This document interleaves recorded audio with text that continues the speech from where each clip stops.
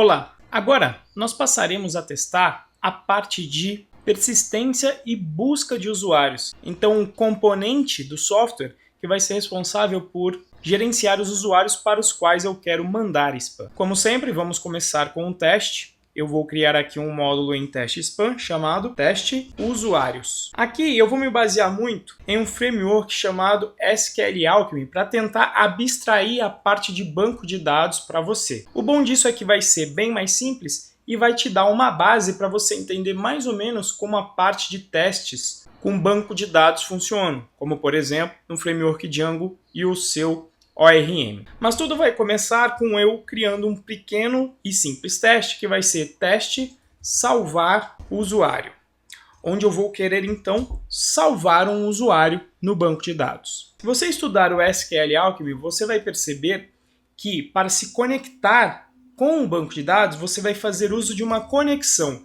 classe que eu vou criar aqui em português mesmo. Depois que você tem acesso a uma conexão, você consegue, então, gerar sessões a partir dessa conexão. Então, eu vou criar aqui um método chamado gerar sessão. Essas sessões com o banco de dados são objetos que você utiliza para efetivamente se comunicar com o banco.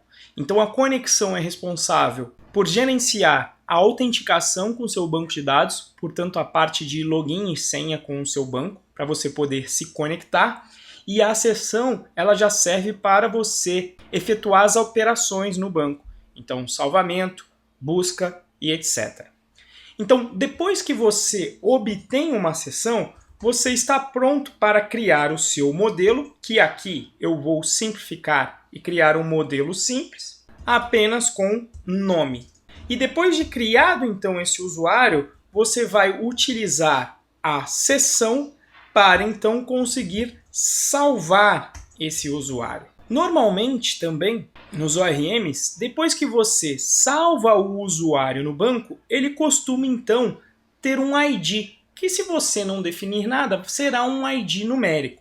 Então, para eu me certificar de que esse usuário foi salvo no meu banco de dados, eu vou conferir que esse usuário possui um atributo chamado ID e que este atributo é uma instância do tipo inteiro. Depois que o seu teste finaliza, você precisa tomar alguns cuidados. Por exemplo, o teste ele não pode influenciar em outros testes. Portanto, se você mantiver esse usuário salvo no banco, é possível que outros testes sejam influenciados. Depois a gente vai fazer o teste, inclusive, de listar o usuário para demonstrar isso.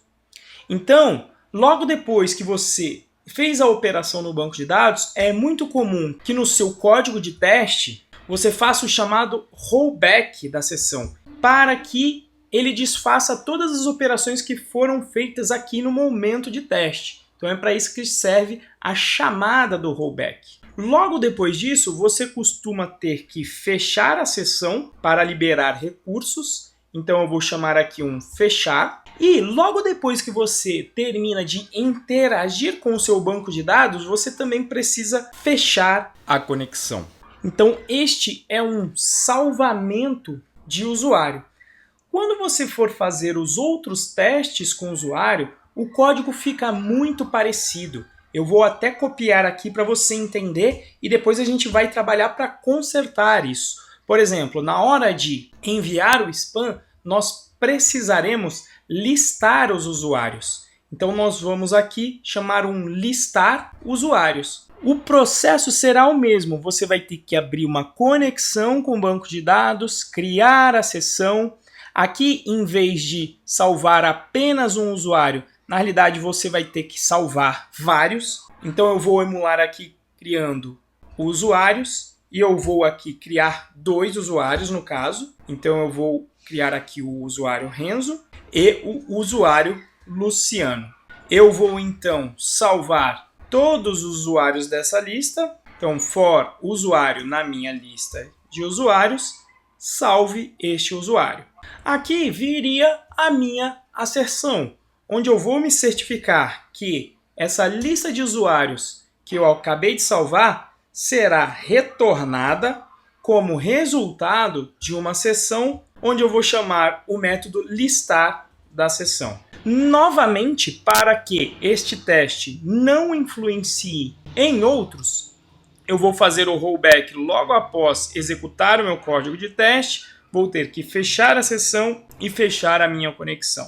Então, apesar de ainda não ter sido criado nenhum código, perceba que nós temos aqui um padrão muito parecido de código, onde eu tenho uma etapa de setup da minha conexão com o banco de dados e depois eu tenho uma etapa que costuma se chamar de teardown, ou seja, de encerramento da minha conexão com o banco de dados. E essa observação, então, será o mote para nós estudarmos funcionalidades mais profundas no PyTest nas próximas aulas.